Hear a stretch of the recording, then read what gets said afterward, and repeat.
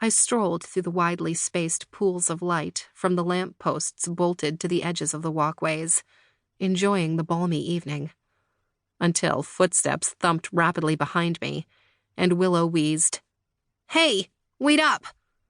"As long as you're not Doc, come to pinch me goodnight," I muttered. Willow replied with one of her expressive snorts. "He did seem to be on his best behavior tonight, but that doesn't mean you can let down your guard." She pulled up even with me and flashed a scrunchy grin from under the cap. "Actually, Bettina's son is kind of hunky. I'd go for him if I were 30 years older." And there you have it, ladies and gentlemen, a raving endorsement from a kid with satellite dishes for ears. I groaned. "More collusion?" "Nope." Willow made a show of swiping her palms across each other several times. "My part's done. I wash my hands of it. Totally in your court now." But I was ready for a change in subject. I stood to the side and waited while Willow punched in the code and pushed open the creaky metal mesh gate.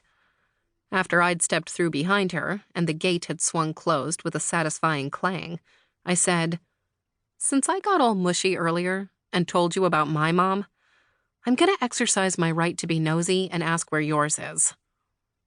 It wasn't exactly a fair tit-for-tat type of assumption, but I was hoping she'd fall for it. And she did. "Prison," she answered, with a little shrug. She stuffed her hands in her jeans pockets and hunched her shoulders, as though she was engrossed with watching the tips of her sneakers strike forward with every step. Somehow, the death of a parent seemed less heartbreaking. I was glad the falling dusk hid the expression of surprise and pity that must have swept across my face before I could carefully rearrange my features. "She likes to cook, too," Willow continued, with a forced perkiness. "I looked up those words you used earlier. The 5 mother sauces of French cuisine. Except my mom cooked meth. Lots of it, plus possession with intent to distribute. 3 strikes and all that. I won't see her again until I'm 22, unless I go visit her in prison." I'm not a fan of vulgar profanity, or elegant profanity for that matter, but it's appropriate in some situations. I tried to keep my voice neutral as I echoed Willow's earlier sentiment.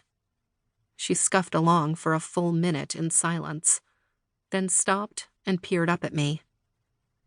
"Can I ask you for a gigantic favor? All Gran and I eat comes from boxes and bottles. Do you know what those additives and chemicals are doing to my organs and brain? Besides the fact that my family already has a chemical problem. I'm sure you noticed that Gran smokes like there's no tomorrow, and like her head's not a giant hairspray bomb. I'm going to get Alzheimer's for sure. Early onset. It's probably already started." She yanked off her cap, and her blue hair tumbled down in a tangled mass. "Can you teach me how to cook real food? Like that salad you made? And other stuff?" There is only one right answer to such an appeal, but I tried to pretend it wasn't momentous, at least to me, and shrugged back at her. "Sure, but I have 2 rules. You have to eat what you make, and you have to clean up your own mess." Willow's grin was a reward in itself. She stuck out her hand like the grown-up she still wasn't. "Deal." We shook on it. And then something broke the reflected light beam of a lamppost on the water in my peripheral vision. It made sloshy sounds as it bumped gently against the walkway with the river current. Willow caught a glimpse of it, too. "People are always dumping their junk in the water," she muttered.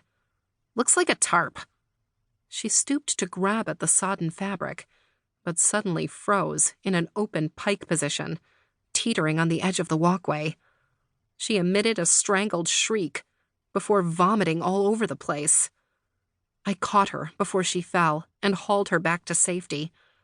But in the process, I also captured a fleeting, jolting impression, and it was enough. That thing in the water, it wasn't a tarp.